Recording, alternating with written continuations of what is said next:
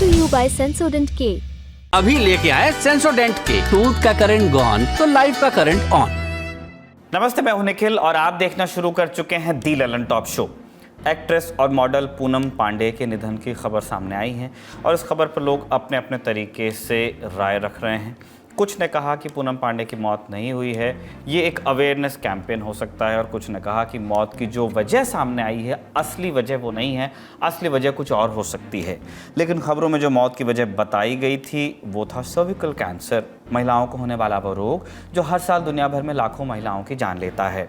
इस खबर पर हम विस्तार से बात करने वाले हैं। फिर चलेंगे वाराणसी, जहां मौजूद ज्ञानवापी मस्जिद में पूजा चल रही है और हाईकोर्ट ने इस पूजा पर रोक लगाने से इनकार कर दिया है और बनारस में हो रहा है इसका विरोध। जानेंगे इसकी कहानी।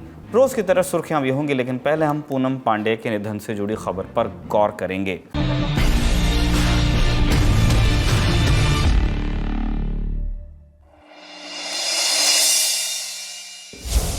2 फरवरी के दिन जब खबरों की साइकिल शुरू हुई तो एक इंस्टाग्राम पोस्ट ने सभी का ध्यान खींच लिया। ये इंस्टाग्राम पोस्ट अभिनेत्री और मॉडल पूनम पांडे की प्रोफाइल से लिखी गई थी। इसमें लिखा था, ये सुबह हमारे लिए कठिन है, आपको ये बताते हुए दुख हो रहा है कि हमने अपनी प्यारी पूनम को सर्विकल कैंसर के हाथों खो दिया। जो भी व्यक्ति पूनम के संपर्क में आया उसे पूनम से हमेशा प्यार और करुणा ही मिला। इस दुख के समय में हम चाहते हैं कि आप हमारी निजता का ध्यान रखें और पूनम को याद करें। ये पूनम पांडे के निधन की खबर थी। लोगों को भरोसा नहीं हुआ कि 32 साल की युवा पूनम पांडे की मृत्यु कैसे हो सकती है। लोगों ने इंस्टाग्राम पर अचरज भी जताया, दुख भी प्रकट किया और संदेह भी। संदेह कैसा? संदेह यूँ कि बहुत सारे लोगों को लगा कि पूनम ने ऐसा किसी अवेयरनेस कैंपेन के लिए किया हो सकता है। संदेह करने वाले लोगों के पास दूसरे कारण भी थे। 2 दिनों पहले मुंबई की सड़कों पर उन्हें पपराजी ने घेरा था और 3 दिनों पहले अपने दोस्त परिमल मेहता के जन्मदिन की पार्टी में वो देखी भी गई थी। लेकिन फिर पूनम पांडे की मैनेजर का बयान सामने आया। उन्होंने फिर से कहा कुछ समय पहले उन्हें कैंसर का पता चला था और वो भी लास्ट स्टेज में। पूनम अपने घर पर उत्तर प्रदेश में थी और उनका अंतिम संस्कार भी वहीं होगा। साथ ही हमें अभी अधिक जानकारी नहीं मिली है। ये उन पूनम पांडे की मौत की बात हो रही थी जिन्होंने ये ऐलान करके सुर्खियां बटोर ली थी कि अगर वर्ल्ड कप में इंडिया की जीत होती है तो वो टॉपलेस हो जाएंगी। टॉपलेस मतलब आप जानते ही हैं कि अपने शरीर के ऊपरी हिस्से के सारे कपड़े उतार लेना। इस ऐलान से पूनम पहली बार चर्चा में आई और फिर उनके जीवन की कहानियाँ ट्रेस की जाने लगीं। क्या पता चला? पूनम पांडे 11 मार्च 1991 को कानपुर में पैदा हुई। उन्होंने अपने करियर की शुरुआत एक मॉडल के तौर पर की। ग्लैड रैग्स, मैनहंट और मेगा मॉडल कॉन्टेस्ट 2010 में वो टॉप 9 कॉन्टेस्टेंट्स में शामिल रही, जिसके बाद वो मीडिया की नज़रों में आने लगी। 2011 में उन्होंने ग्लैड रैग्स कैलेंडर समेत 29 कैलेंडर्स के लिए फ़ोटोशूट किया। इसकी बदौलत उन्हें 2012 के किंगफिशर कैलेंडर के शूट में शरीक होने का मौका मिला। 2011 का क्रिकेट वर्ल्ड कप हुआ हिंदुस्तान में। ऐसे में पूनम ने ऐलान किया कि अगर इंडिया की क्रिकेट टीम वर्ल्ड कप जीत जाती है तो वो टॉपलेस होंगी। इंडिया वर्ल्ड कप जीती भी, मगर पूनम ने अपना वादा पूरा नहीं किया, वो नहीं कर पाई, ऐसा कहना चाहिए। उन्होंने कहा कि बीसीसीआई ने उन्हें ऐसा करने की इजाज़त नहीं दी। हालांकि बाद में उनका एक वीडियो सामने आया जिसमें वो रात के वक्त वानखेड़े स्टेडियम में अपने कपड़े उतारते नज़र आ रही थी। इसके बाद से लगातार वो सोशल मीडिया पर अपनी तस्वीरें और वीडियोज़ पोस्ट करती रहती थीं, जिससे उनकी पॉपुलैरिटी में उछाल आया। कभी वो अपनी तस्वीरों और वीडियोज़ के लिए ऐप लॉन्च करती तो कभी वेबसाइट। इन पर आने वाला कंटेंट सवालों के घेरे में रहा। पूनम पांडे ने 2013 में नशा नाम की फिल्म से अपना एक्टिंग करियर भी शुरू किया और ये फिल्म अपने सेक्सुअल कंटेंट की वजह से चर्चा में रही। जब फिल्म का पहला पोस्टर रिलीज़ किया गया तभी से फिल्म को लेकर विवाद हुआ। फिल्म के पोस्टर्स जलाए भी गए। शिवसेना फिल्म के विरोध में उतर आई और फिल्म फ्लॉप हुई। उन्होंने फिर तेलुगु, कन्नड़ा और भोजपुरी फिल्मों में भी काम किया। वो रियलिटी शो में भी नजर आई। समय समय पर पूनम का नाम सेक्स टेप की वजह से भी चर्चा में आता रहा और साल 2022 में पूनम पांडे का नाम पॉर्न फिल्म रैकेट में सामने आया, जिसके मुख्य आरोपी थे राज कुंद्रा। बीते दिनों जब लक्षद्वीप में अपनी तस्वीरें डालकर पीएम मोदी ने लोगों से लक्षद्वीप जाने की अपील की थी तो पूनम ने कहा था कि वो अपने अगले प्रोजेक्ट की शूटिंग लक्षद्वीप में ही करेंगी। पूनम की मौत की वजह सर्विकल कैंसर बताई जा रही है। जैसे ही इस मौत की खबर आई, इस खबर पर लोगों ने संदेह जताया। सोशल मीडिया पर यूज़र्स का एक बड़ा हिस्सा ये कहने लगा कि ये पूनम का एक स्टंट भी हो सकता है। कुछ लोगों ने अवेयरनेस कैंपेन भी कहा। IDIVA नाम की एक वेबसाइट ने खबर भी चलाई कि पूनम स्वस्थ हैं और महज पब्लिसिटी के लिए ऐसा कर रही हैं। कुछ यूज़र्स ने उनके वीडियो भी शेयर किए। कहीं वो गाने गा रही थी, कहीं तस्वीर खिंचवा रही थी, कभी बिग बॉस जीतने पर stand up comedian Munawar Faruqui को वो बधाई दे रही थी। और ये सब 2 फरवरी के 2 से 3 दिन पहले ही हो रहा था। यूज़र्स ने ऐसा भी कहा कि अगर किसी की मौत कैंसर से हो तो क्या वो अपनी मौत के ठीक पहले इस स्थिति में रह सकता है।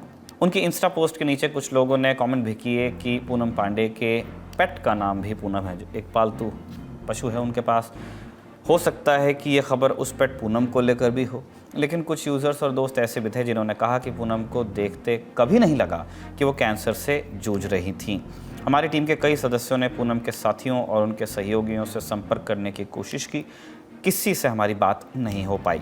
इंडिया टुडे की एक खबर दावा करती है कि पूनम के पूरे परिवार का फ़ोन ऑफ आ रहा है, किसी से संपर्क नहीं हो पा रहा। लेकिन पूनम के निधन को लेकर खबरें तब थोड़ी और पुष्टि की ओर बढ़ी जब पिक्चर एंड क्राफ्ट नाम की प्रोडक्शन कंपनी ने अपने बयान में दावा किया कि पूनम पांडे की बहन ने बातचीत में उनकी अचानक मौत की पुष्टि की है। वहीं पिंक विला नाम की वेबसाइट ने एक खबर में दावा किया कि पूनम का शव पुणे में रखा हुआ है।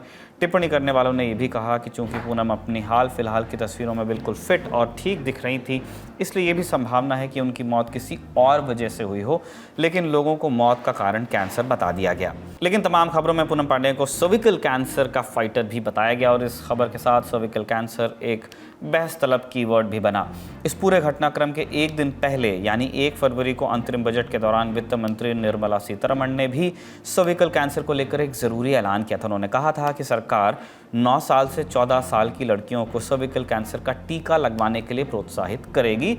और फिर 2 फरवरी को पूनम पांडे से जुड़ी खबर सामने आई तो सर्विकल कैंसर के इलाज और बचाव को लेकर गूगल सर्च होने लगा। तो क्या है ये सर्विकल कैंसर, कितनी खतरनाक बीमारी है, कैसे होती है और इससे बचाव के क्या तरीके हैं? हम इन सवालों के जवाब ढूंढते हैं और इसको समझने के लिए सबसे पहले महिलाओं के शरीर को जानना होगा। महिलाओं के शरीर में एक हिस्सा होता है जिसे कहते हैं यूट्रस, हिंदी में कहें तो बच्चेदानी, गर्भाशय।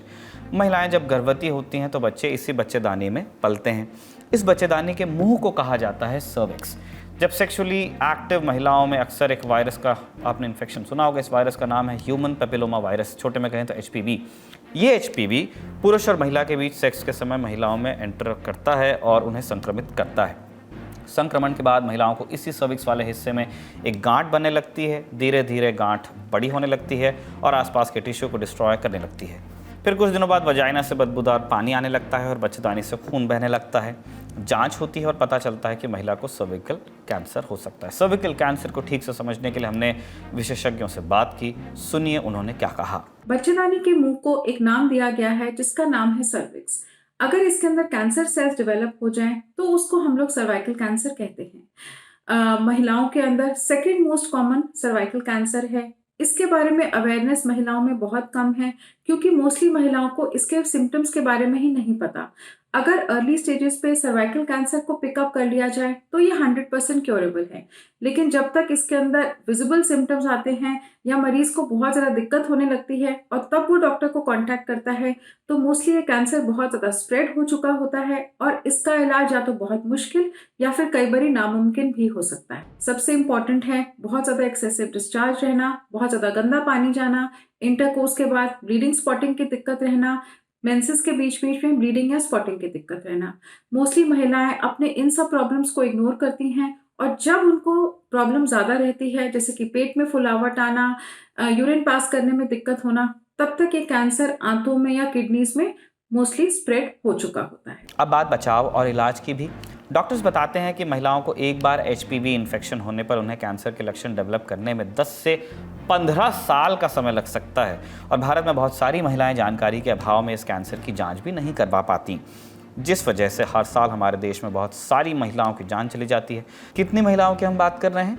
वर्ल्ड हेल्थ ऑर्गेनाइजेशन यानी WHO के डेटा के मुताबिक भारत में हर साल लगभग 1,23,907 महिलाओं में सर्विकल कैंसर डिटेक्ट होता है और इस बीमारी के चलते लगभग 77,348 महिलाओं की मृत्यु होती है।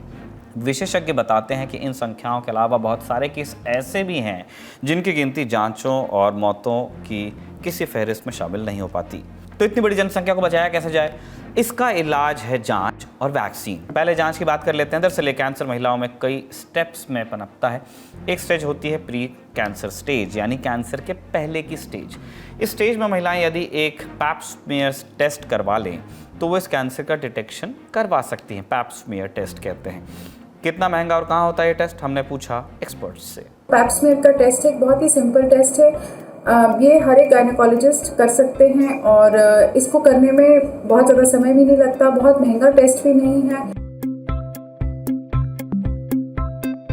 हर सेक्सुअली एक्टिव लेडी को या 21 साल की उम्र के बाद हर लेडी को ये वाला टेस्ट ज़रूर करवाना चाहिए, क्योंकि इन केस ये आपका टेस्ट हो गया और आपके रिपोर्ट्स नॉर्मल हैं तो 3 इयर्स में आप इस टेस्ट को रिपीट करिए अपने डॉक्टर के सलाह के अकॉर्डिंग।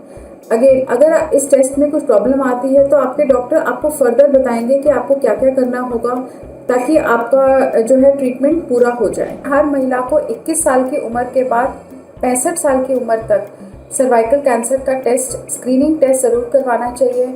50 इयर्स की एज तक हर 3 साल में ये टेस्ट होता है। टेस्ट में कोई प्रॉब्लम आई है तो आपके डॉक्टर बताएंगे कि इसका फॉलोअप कितनी जल्दी या कितने लेट करने की ज़रूरत है। यूजुअली 50 बरस की उम्र के बाद हर 5 साल में सर्वाइकल कैंसर का टेस्ट, जो कि पैप स्मीयर का टेस्ट है, करवाया जा सकता है और 65 इयर्स के बाद इस टेस्ट को करवाने की ज़रूरत नहीं आती। अगेन, अगर आपका पैप स्मीयर, पुराने सारे रिपोर्ट्स नॉर्मल हैं और आपके डॉक्टर आपको बोल रहे हैं कि फर्दर आपको टेस्ट की ज़रूरत नहीं है तो अगर जांच में कैंसर डिटेक्ट होता है तो इलाज 2 तरीकों से हो सकता है, एक सर्जरी और 2 रेडियोथेरेपी।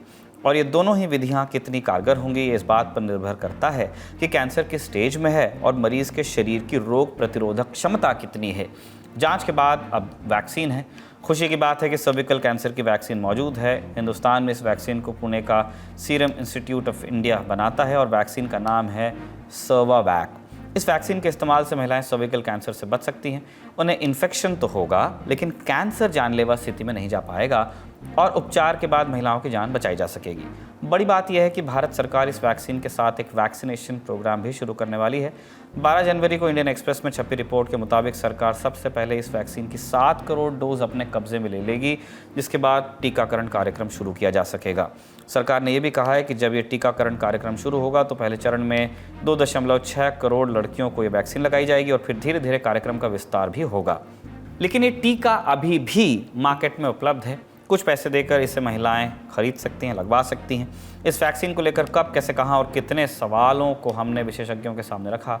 सुनिए उन्होंने क्या बताया। आप ऐसे समझ लीजिए कि अगर आपको मास्क लगा के बाहर जाना है तो आप एक बार बाहर चले गए, इसका मतलब ये है कि आपका एक्सपोजर हुआ होगा कोविड से, पर ज़रूरी नहीं है कि इन्फेक्टिव स्ट्रेन से हुआ हो या डेडली स्ट्रेन से हुआ हो, ओमिक्रॉन से हुआ हो। वैसे ही अगर आपका सेक्सुअल एक्सपोजर हो गया है, इसका मतलब ये नहीं कि आपका कैंसर कॉजिंग स्ट्रेन से हुआ है।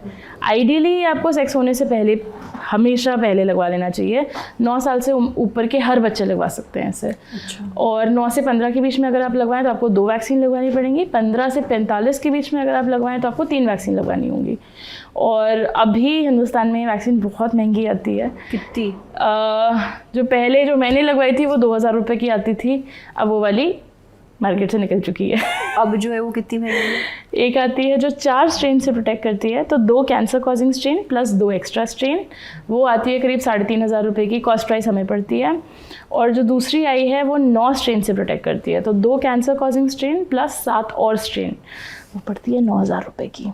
सर्विकल कैंसर एक ऐसा रोग है जिसकी सूचना एक ऐसी खबर के साथ आई है जिसकी सत्यता पर लोगों को संदेह है।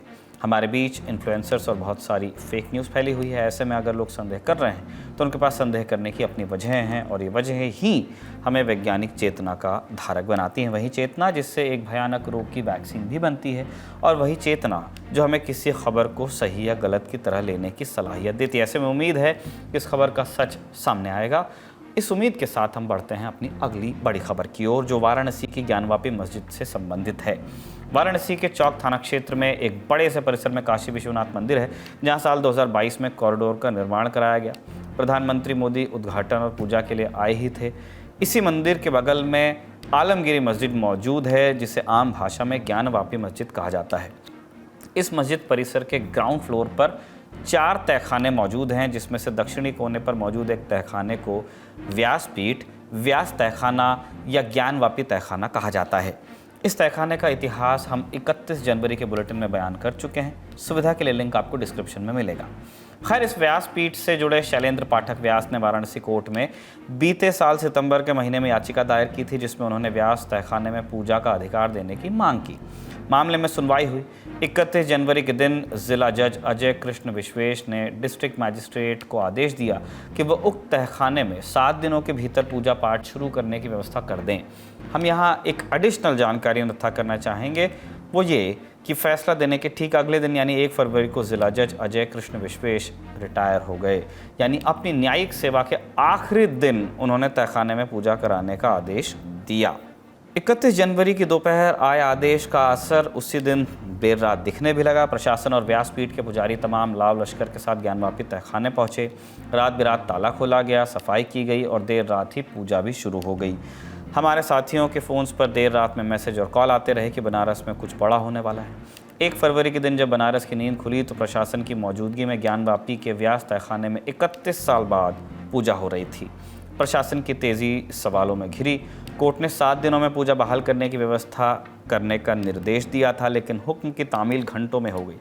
पूजा पाठ के बाद आम श्रद्धालु भी व्यास तहखाने के दर्शन के लिए पहुंचने लगे, लेकिन मस्जिद पक्ष ये सब होने के बाद तहखाने में पूजा के आदेश को चैलेंज करने अदालत गया। जिला अदालत के फैसले को चुनौती देने के लिए अंजुमन इंतजामिया मस्जिद कमेटी ने सबसे पहले सुप्रीम कोर्ट का दरवाज़ा खटखटाया। आज तक के पत्रकार संजय शर्मा की रिपोर्ट बताती है कि मस्जिद कमेटी ने 1 फरवरी को भोर 3 बजे सुप्रीम कोर्ट के वेकेशन रजिस्ट्रार से संपर्क किया और वाराणसी कोर्ट के आदेश पर रोक लगाने की अपील की। मस्जिद कमेटी ने कहा कि प्रशासन के पास इस काम को जल्दबाजी और रात के अंधेरे में करने का कोई कारण नहीं था। मुस्लिम पक्ष ने प्रशासन की हिंदू याचिकाकर्ताओं के साथ मिलीभगत होने का इल्ज़ाम लगाया। इसके बाद रजिस्ट्रार ने सुबह 4 बजे सीजीआई डीवाई चंद्रचूड़ के सामने दस्तावेज रखे। कागजात देखने के बाद सीजीआई ने मुस्लिम पक्ष से इलाहाबाद हाईकोर्ट जाने को कहा। मामला 1 फरवरी को हाईकोर्ट पहुंचा फिर और 2 फरवरी को सुनवाई हुई, जिसमें मस्जिद कमेटी को कोई राहत नहीं मिल पाई। सुनवाई के दौरान जस्टिस रोहित रंजन अग्रवाल की बेंच ने मुस्लिम पक्ष से पूछा कि 4 तहखाने ज्ञानवापी मस्जिद परिसर में हैं, लेकिन इस बात का कोई दावा नहीं है कि हिंदू पक्ष किस तहखाने में प्रार्थना करना चाहता है। इस पर मुस्लिम पक्ष ने कोर्ट को बताया कि हिंदू पक्ष 4 तहखानों में से एक व्यास तहखाने को मांग रहा है। अब यहाँ पर आपको एक जानकारी दे दें कि वाराणसी ज़िला अदालत ने 17 जनवरी को एक ऑर्डर पास किया कि डीएम वाराणसी को उक्त तहखाने का रिसीवर नियुक्त कर दिया जाए, जिसके बाद 17 जनवरी को ही डीएम वाराणसी ने इस तहखाने की चाबी अपने हाथ ले ली, जिस वजह से 31 जनवरी की रात वाली कार्रवाई करने में सहजता हुई। अब इसी 17 जनवरी वाले आदेश पर आज इलाहाबाद हाईकोर्ट ने मस्जिद पक्ष से पूछा कि आपने 17 जनवरी के आदेश में जो डीएम को रिसीवर नियुक्त करने को की बात कही गई उसे चुनौती क्यों नहीं दी। 31 जनवरी का आदेश एक परिणामी आदेश है। जब तक उस आदेश को चुनौती नहीं दी जाएगी तब तक ये अपील कैसे सुनवाई योग्य हो सकती है, टेक्निकल चीज़ बताई गई। वहीं कोर्ट में मंदिर पक्ष की ओर से मस्जिद पक्ष की याचिका पर सवाल उठाए गए। अपील सुनवाई योग्य नहीं है ऐसा कहा गया। सुनवाई में मस्जिद पक्ष ने पूजा पर रोक लगाने की मांग की थी। हाईकोर्ट ने खारिज कर दी मांग और सुनवाई की अगली तारीख मुकर्रर की 6 फरवरी। अदालत में बहस के दौरान और क्या कुछ हुआ, आज तक के संवाददाता रोशन जायसवाल से सुनते हैं। हाईकोर्ट ने साफ तौर पे ये कहा कि जो 1 हफ्ते का वक्त मिला है वे वक्त अभी ख़त्म नहीं हुआ है, लिहाजा आप इसकी सुनवाई के लिए 6 फरवरी को आइए, तब इस मामले में अगली सुनवाई होगी। इसी बीच जब ये सब ऑर्डर कंप्लायंस कराया जा रहा था, उसके अगले दिन जिला जज की अदालत खुलते ही मसाजिद कमेटी यानी मुस्लिम पक्ष के वकीलों ने जिला जज के न्यायालय का भी रुख किया जहां से ये आदेश आया था, लेकिन इसके खिलाफ किसी तरह का नया आदेश देने के बजाय चूंकि जिला जज रिटायर हो चुके थे, तकनीकी पहलुओं को देखते हुए कोई नया आदेश नहीं आया। चूँकि मसाजिद कमेटी ने 15 दिनों तक इस पर आदेश पर रोक लगाने की मांग की थी, इसको नज़रअंदाज करते हुए कोर्ट ने अगली तारीख जिला जज में सुनवाई के लिए 6 फरवरी ही तय कर दी है। तो इसी मुद्दे पर आज दिल्ली में जमीयत उलेमाए हिंद के ऑफिस पर एक प्रेस वार्ता आयोजित की गई। इसे आयोजित किया था all India Muslim personal law board ने।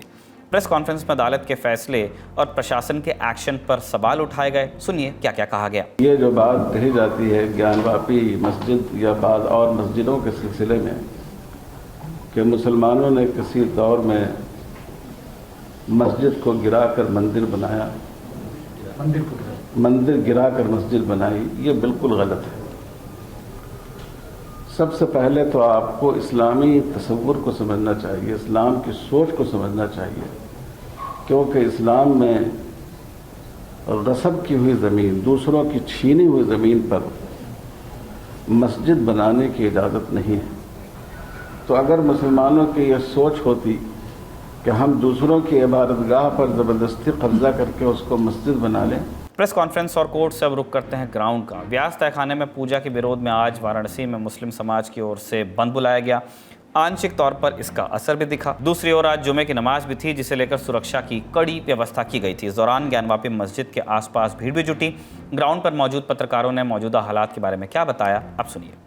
वाराणसी के मुसलमानों ने बंदी का आह्वान किया। अंजुमन इंतजामिया मसाजिद कमेटी की तरफ से वाराणसी को बंद करने की अपील मुस्लिम समुदाय के लोगों से की गई, वो अपने प्रतिष्ठानों को बंद करें, और जिसका आज काफ़ी व्यापक असर देखने को भी मिला। जितने भी इलाके वाराणसी में हैं, चाहे दाल मंडी हो, चाहे सरायहाड़ा हो, चाहे वो नई सड़क का इलाका हो, चाहे वो बड़ी बाज़ार हो, जैतपुरा हो, ऐसे करीबन दर्जन भर इलाके थे जहां मुस्लिम समुदाय के लोगों की प्रतिष्ठानें नहीं खुली।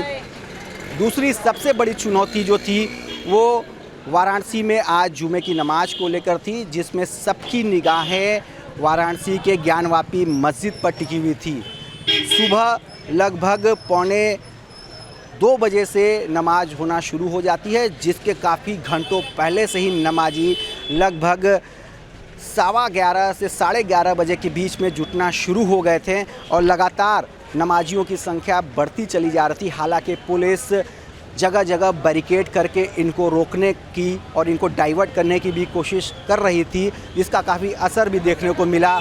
और जो उम्मीद से कहीं ज़्यादा नमाजी जुटे तो थे, लेकिन एक वक्त के बाद जब ज्ञानवापी मस्जिद में तादाद बढ़ती चली गई और नमाजियों के लिए जगह नहीं बची, तो पुलिस ने उनको रोका भी और वापस किया भी, ये बोल के कि वो कहीं और जाके नमाज अदा करे, जहां अपने इलाके मोहल्ले के इर्द गिर्द बाकी उनकी इबादत गाह है, बाकी मस्जिद है, वहाँ पर जाके नमाज अदा करे। नमाज शांतिपूर्वक ख़त्म हुआ और बनारस में तमाम इलाकों में भी पूरी तरह से शांति व्यवस्था बहाल होने की खबर मिलती रही। कहीं किसी भी तरह की कोई अप्रिय घटना नहीं देखने को मिली। और इस समय हम वाराणसी के ही ज्ञानवापी मस्जिद के ठीक बाहर खड़े हैं और ये रास्ता 4 नंबर गेट बाबा विश्वनाथ के दरबार को भी जाता है। और अभी देख सकते हैं एक पूरी तरह से सामान्य माहौल है। हालांकि कुछ देर पहले यहाँ पर नमाजियों की काफ़ी तादाद थी और सबसे अच्छी बात यह है कि साथ में ही श्रद्धालु भी जा रहे थे, दर्शन पूजन कर रहे थे और साथ ही साथ नमाजी भी जा रहे थे, उसी रास्ते से प्रवेश कर रहे थे, लेकिन कहीं से भी माहौल ख़राब होता दिखाई नहीं पड़ा। इस मुद्दे पर हमारी नज़र बनी रहेगी, जो भी डेवलपमेंट्स होंगे हम आप तक लेकर आएंगे। ये थी हमारी बड़ी खबरें। अब सुर्खियों की ओर चलते हैं। पहले सुर्खी में बात देश की राजधानी दिल्ली की। यहाँ की राजनीति में आज क्या कुछ घटा, इन 2 दरीचों से आप समझिए। एक खिड़की में केजरीवाल और आम आदमी पार्टी के कार्यकर्ता बीजेपी के खिलाफ प्रदर्शन करते दिख रहे हैं। दूसरे विंडो में बीजेपी के कार्यकर्ता केजरीवाल के खिलाफ सड़कों पर उतरते नजर आ रहे हैं। ये प्रदर्शनबाजी क्यों, एक एक करके आप समझिए। 30 जनवरी को चंडीगढ़ में मेयर पद का चुनाव हुआ। बीजेपी ने जीत दर्ज की। इस चुनाव में उतरी कांग्रेस और आम आदमी पार्टी के गठबंधन ने पीठासीन अधिकारी पर बैलेट पेपर से छेड़खानी का इल्जाम लगाया। उस दिन जो कुछ भी हुआ हम उस पर एक डिटेल्ड शो कर चुके हैं, लिंक आपको डिस्क्रिप्शन में मिलेगा। तो आज 2 फरवरी को आम आदमी पार्टी ने चंडीगढ़ मेयर चुनाव में गड़बड़ी का आरोप लगाते हुए जोरदार प्रदर्शन किया। इस दौरान केजरीवाल और पंजाब के मुख्यमंत्री भगवंत मान भी अपने कार्यकर्ताओं के बीच आए। वहां बीजेपी के खिलाफ जो बयानबाजी हुई वो आप सुन लीजिए। चंडीगढ़ का चुनाव कहने को तो छोटा सा चुनाव था, 10 बाई 10 किलोमीटर का एक छोटा सा शहर है, मेयर का चुनाव था, लेकिन दुनिया की सबसे बड़ी पार्टी चंडीगढ़ के चुनाव में वोटों की चोरी करते हुए पकड़ी गई, रंगे हाथों पकड़ी गई। अगर 2024 में ये किसी न किसी तरीके से खुदा न खास्ता ये आ गए तो नरेंद्र मोदी का नाम नरेंद्र मोदी नहीं रहेगा, नरेंद्र पुतिन बन जाएगा भाई साहब। दूसरी ओर आज 2 फरवरी को दिल्ली में बीजेपी ने भी केजरीवाल सरकार के खिलाफ मोर्चा खोला। किस लिए? आम आदमी पार्टी के नेताओं के खिलाफ चल रहे भ्रष्टाचार के मामलों को लेकर। आप सुनिए। हमारा तो सीधी सी मांग है कि दिल्ली की जनता को अरविंद केजरीवाल लूट रहे हैं, भ्रष्टाचार कर रहे हैं। ऐसे मुख्यमंत्री को दिल्ली की सत्ता पे बैठने का अधिकार नहीं है। अरविंद केजरीवाल इस्तीफा दें। के तौर पर आम आदमी पार्टी कह रही है कि इन जो 90 करोड़ लोग हैं दिल्ली के, उनके लिए क्या कुछ करेगी चंडीगढ़ में जिस तरीके से वो इलेक्शन को कर रही है? देखिए, दिल्ली के जो लोग कह रहे हैं, दिल्ली के लोग ये कह रहे हैं कि हमारे को शराब नीति में लूटा गया, हमारे को पैनिक बटन घोटाले में लूटा गया। कल जल बोर्ड के 4 अधिकारी गिरफ्तार किए गए। 125 करोड़ का घोटाला जब अरविंद केजरीवाल खुद मुख्य थे उनकी नाक के नीचे हो रहा है। केजरीवाल से जुड़ा एक और अपडेट आपको दे दें। शराब घोटाले के मामले में ईडी ने केजरीवाल को 31 जनवरी को समन भेजा था। अरविंद केजरीवाल को आज यानी कि 2 फरवरी को ईडी के सामने पेश होना था, लेकिन केजरीवाल नहीं गए। इस पर आम आदमी पार्टी की ओर से एक बयान जारी कर ईडी के समन को गैर कानूनी बताया गया। ऐसा 5वीं बार हुआ है जब केजरीवाल ने ईडी के समन की अनदेखी की है। अगली सुर्खी झारखंड से। पूर्व मुख्यमंत्री और झारखंड मुक्ति मोर्चा के नेता हेमंत सोरेन अब प्रवर्तन निदेशालय की हिरासत में हैं। जमीन घोटाले को लेकर उनसे पूछताछ हो रही है, लेकिन उन्हें असली झटका लगा है सुप्रीम कोर्ट से। सुप्रीम कोर्ट में उन्होंने अपनी जमानत के लिए याचिका लगाई थी, लेकिन justice Sanjiv Khanna, justice AM Sundresh और जस्टिस बेला त्रिवेदी की बेंच ने उन्हें लौटा दिया और कहा कि पहले झारखंड हाईकोर्ट में आपको जाना होगा। सुप्रीम कोर्ट ने सवाल किया कि आप पहले हाईकोर्ट क्यों नहीं गए, सबसे पहले आप यहाँ कैसे आ गए? अगर हम सीधे यहाँ आने का एक केस स्वीकार कर लेते हैं तो सभी फिर सीधे यहीं आएंगे, और इन सारी बातों के बाद हाईकोर्ट भी तो एक संवैधानिक कोर्ट ही है। इसके बाद जिरह हुई और हेमंत सोरेन को रांची हाईकोर्ट जाने की सलाह दी गई, लेकिन जब दिल्ली में यह सब हो रहा था उस समय रांची में चंपई सोरेन राजभवन में अगले मुख्यमंत्री के रूप में शपथ ले रहे थे। आप देखें। मैं झारखंड राज्य के मुख्यमंत्री के रूप में मैंने कर्तव्य एवं श्रद्धापूर्वक और शुद्ध अंतकरण से निर्वहन करूंगा। शपथ के पहले वो हेमंत सोरेन के पिता और झारखंड के पूर्व CM शिबू सोरेन से आशीर्वाद लेने उनके आवास पर गए और अपने शपथ के बाद अपने खेमे के 43 विधायकों को विदा भी किया। ये 43 विधायक झामुमो, राष्ट्रीय जनता दल और कांग्रेस से जुड़े हुए हैं, जो अब 10 दिनों बाद होने वाले फ्लोर टेस्ट के पहले तक हैदराबाद के एक रिजॉर्ट में कैंप करेंगे ताकि उन्हें गठबंधन से तोड़ा ना जा सके। अगली सुर्खी हर्ष मंदर के यहाँ छापे से जुड़ी हुई है। रिटायर्ड IAS अधिकारी और समाजसेवी हर्ष मंदर के दफ्तर पर शुक्रवार को केंद्रीय जांच एजेंसी यानी कि CBI ने छापा मार दिया। विदेशी अंशदान विनियमन अधिनियम यानी FCRA के उल्लंघन से जुड़े एक मामले में CBI ने हर्ष मंदर के दिल्ली स्थित NGO के ऑफिस पर छापा मारा है। बता दें कि हर्ष मंदर ने अमन बिरादरी नाम से गैर सरकारी संगठन शुरू किया हुआ है। हर्ष के इसी NGO को जो फंडिंग मिली है उसकी जांच को लेकर केंद्रीय गृह मंत्रालय ने पिछले साल ही CBI जांच शुरू की थी। इससे पहले साल 2021 में ईडी ने भी मनी लॉन्ड्रिंग से जुड़े एक मामले में हर्ष मंदर के घर पर छापा मार दिया था। उनके 2 NGO को लेकर ये जांच चल रही है। अगली सुर्खी तमिलनाडु से है। तमिल फिल्मों के सुपरस्टार विजय ने अपनी नई पार्टी बनाने का ऐलान किया है। उन्होंने अपनी नई पार्टी का नाम तमिजा वेत्री कड़गम TVK रखा है। कहा जा रहा है कि साल 2026 में जब तमिलनाडु में विधानसभा चुनाव होंगे तब विजय चुनावी युद्ध में उतर सकते हैं। इस मौके पर अभिनेता विजय ने कहा कि उनकी पार्टी लोकसभा चुनाव नहीं लड़ेगी। साथ ही उन्होंने कहा कि TVK भी किसी का समर्थन नहीं करेगा। इसका निर्णय हाल ही में आयोजित सामान्य परिषद और कार्यकारी परिषद की बैठकों में लिया गया। समाचार एजेंसी PTI से विजयन ने कहा कि मैंने पार्टी के काम को प्रभावित किए बिना उस फिल्म को पूरा करने का फैसला किया है जिसके लिए मैं पहले ही प्रतिबद्ध हूं और खुद को पूरी तरह से सार्वजनिक सेवा की राजनीति में शामिल करूंगा। मैं इसे तमिलनाडु के लोगों के प्रति अपना आभार मानता हूं। ये था आज का दिल ऑन टॉप शो। अगले एपिसोड में आपसे मुलाकात होगी। ऐसी कामना के साथ विदा लेते हैं। शुक्रिया, शुभ रात्रि।